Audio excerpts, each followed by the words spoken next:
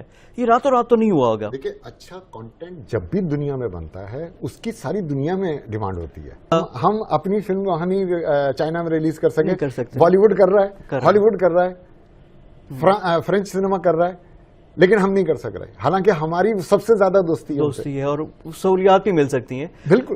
ہوتا یہ ہے کہ ایک انسٹیٹیوشن میں جو ہیڈ کر رہا ہوتا ہے اس کو، اس کی ساری سوچ ہوتی ہے جس کو باقی لوگ ایگزیکیوٹ کر رہے ہوتے ہیں. یہاں پرابلم یہ ہے کہ جو آپ کا ہیڈ آف دی انسٹیٹیوشن ہے اس کا اس ڈرامے سے تعلق نہیں ہے. جب اس کا تعلق نہیں ہے تو پھر کبھی بنے گا نہیں یہاں پہ.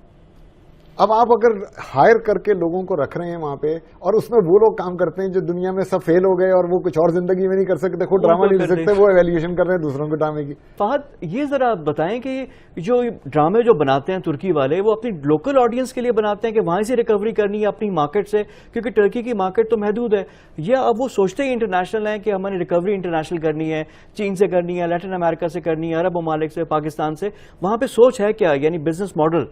اسی میں ایک ایڈیشن کروں گا میں ان کے سوال میں کہ کیا وہاں پہ گورنمنٹ اس بات کو سیریس لیتی ہے؟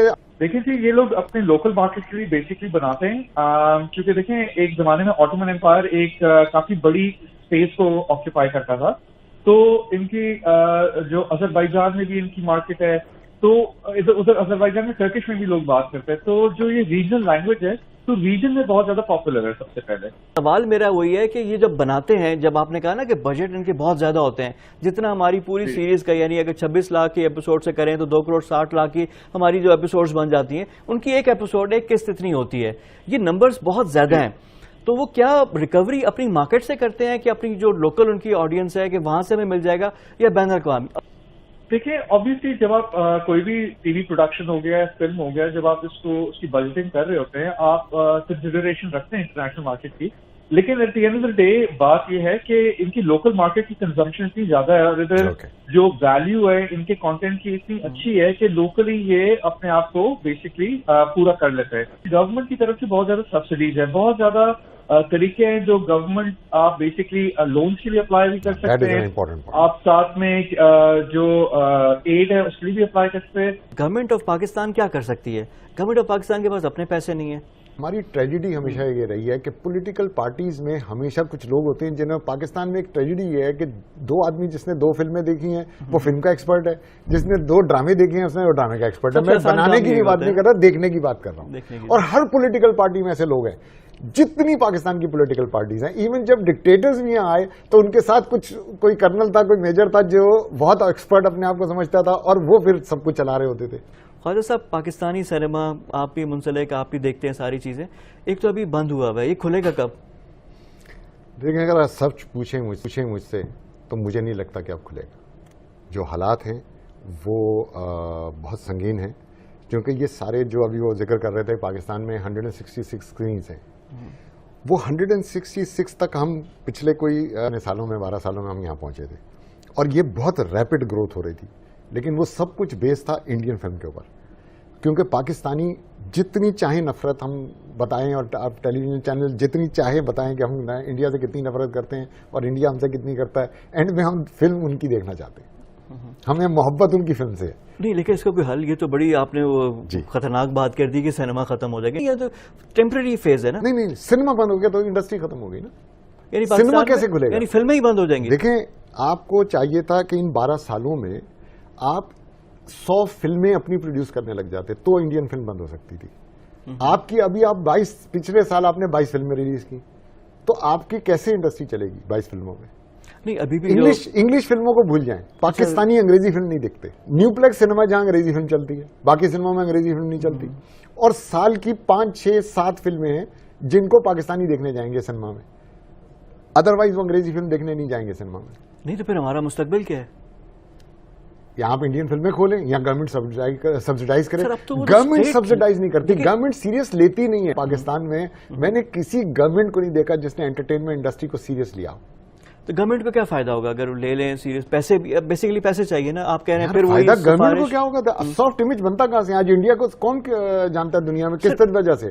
بالی ووڈ کی وجہ سے جانا جاتا ہے نا۔ ہمارا ISPR کی انوالومنٹ آ گئی تھی جب ہم نے پورا جب کیا، تو وہ بھی اس میں تو پیسے دیے، لیکن کیا ریٹرن کیا ملا؟ ISPR کی بہت بڑی ہیلپ ہو سکتی ہے۔